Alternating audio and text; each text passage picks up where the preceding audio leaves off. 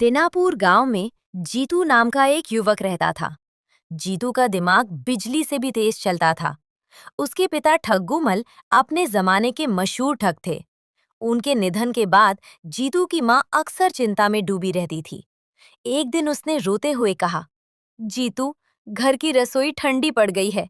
तेरे पिता होते तो अपनी बातों के जाल में किसी न किसी को फंसाकर घर की तिजोरी भर देते। जीतू ने अपनी माँ के पैर छुए और आत्मविश्वास से बोला, माँ, शेर का बच्चा शेर ही होता है। आज मैं शहर जा रहा हूँ और तुम देखना, शाम तक मैं अपनी ठगी के हुनर से हमारी किस्मत बदल दूंगा।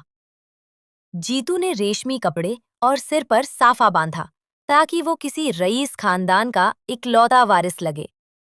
रास्ते में एक घने बरगद के नीचे चंगू और मंगू नाम के दो ठग बैठे थे। वे राहगीरों को अपनी बातों में फंसाकर लूटने के लिए मशहूर थे। जीतू को आते देख चंगू फुसफुसाया, भाई मंगू, आज तो कोई बड़ा शिकार हाथ लदा है। चलो, इसे अपनी जादुई कहानी के जाल में फंसाते हैं। जीतू उनके पास पहुंचा तो मंगू बोला, राम राम सेठ जी, आ जाओ, थोड़ा सुस्ता लो। जीतू ने कहा, राम राम, क्या करूं यार, काम बहुत है, आराम करने का तो समय ही नहीं है। मंगू बोला, काम का क्या है, ये तो जीवन भर ही चलता रहेगा। जीतू ने कहा, ठीक है भाई, आप कहते हैं तो थोड़ा रुक जाता हूं। ठगों ने जीतू के सामने एक अजीब शर्त रखी, सेठ जी, हम आपको एक सच्ची घटना सुनाएंगे। अगर आपने उसे झूठ कहा तो शर्त के मुताबिक आपको हमें 5,000 रुपए देने होंगे, और अगर आपने उसे सच मान लिया तो कोई बात नहीं। जीतू समझ गया कि ये उसे फंसाना चाहते हैं। उसने मन ही मन कहा, अरे वाह, ये तो ठग है और मुझे ठगना चाहते हैं। अरे बच्चू, तुझे नहीं मालूम, मैं भी महाठग का बेटा हूँ। और उसने हंसकर शर्त स्वीकार कर ली। मंगू ने अपनी कहानी शुरू की, सेठ जी, एक बार मैं खेत में भैंस चरा रहा था और भैंस चरते चरते गेहूं के खेत में गायब हो गई।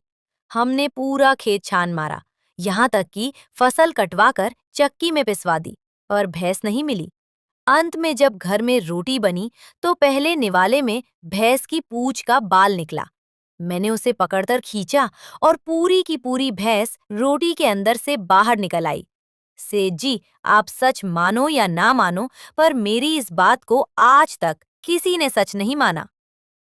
जीतू जोर जोर से ताली बजाकर बोला, अरे वाह, ये तो बिल्कुल सच है।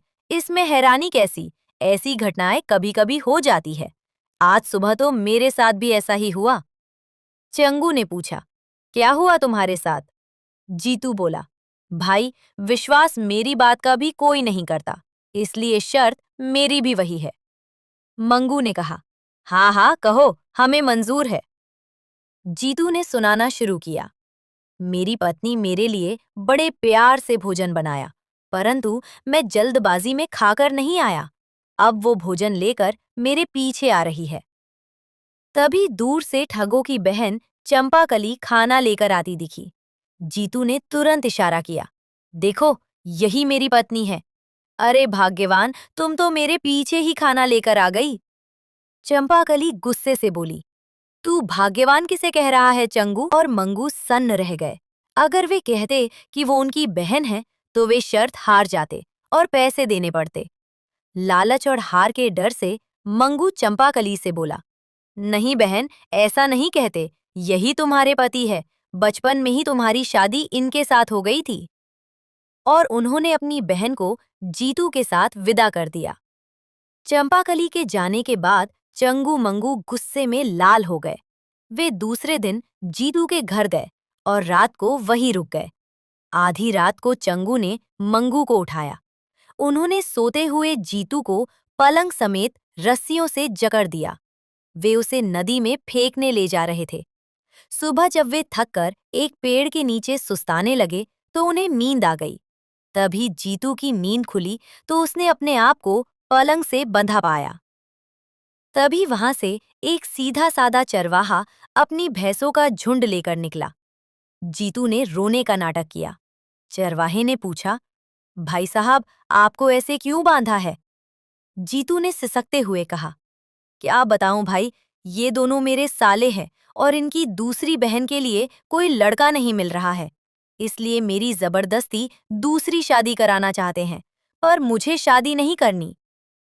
कुंवारा चरवाहा खुशी से उछल पड़ा और बोला, आपकी जगह मैं बन जाता हूँ, मेरी शादी करा दो।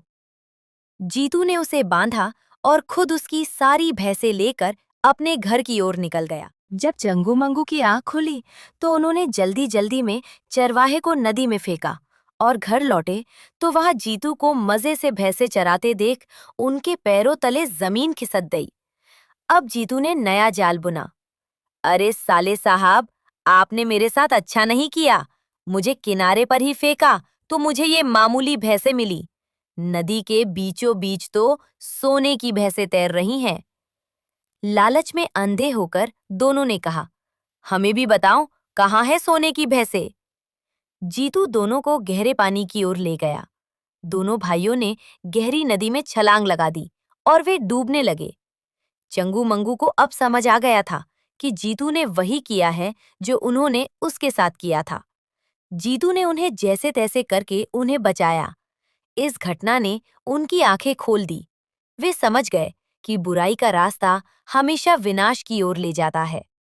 जीतू और उन दोनों भाइयों ने ठगी छोड़ी और ईमानदारी से अपना जीवन बिताने लगे। इस कहानी से ये सीख मिलती है कि लालच और चालाकी का अंत हमेशा बुरा होता है। दूसरों को ठगने वाले को अंत में खुद ठगा जाना पड़ता है। साथ ही ये कहानी सिखाती है कि विपरीत परिस्थितियों में घबराने के बजाय धैर्य और सूझबूझ से काम लेकर किसी भी मुसीबत से बाहर निकला जा सकता है। उम्मीद है कहानी आपको पसंद आई होगी। कमेंट में अपनी राय जरूर लिखें, वीडियो को लाइक करें और चैनल को सब्सक्राइब करना ना भूलें। अरे वाह, हम फिर मिलेंगे नई कहानी के साथ। धन्यवाद।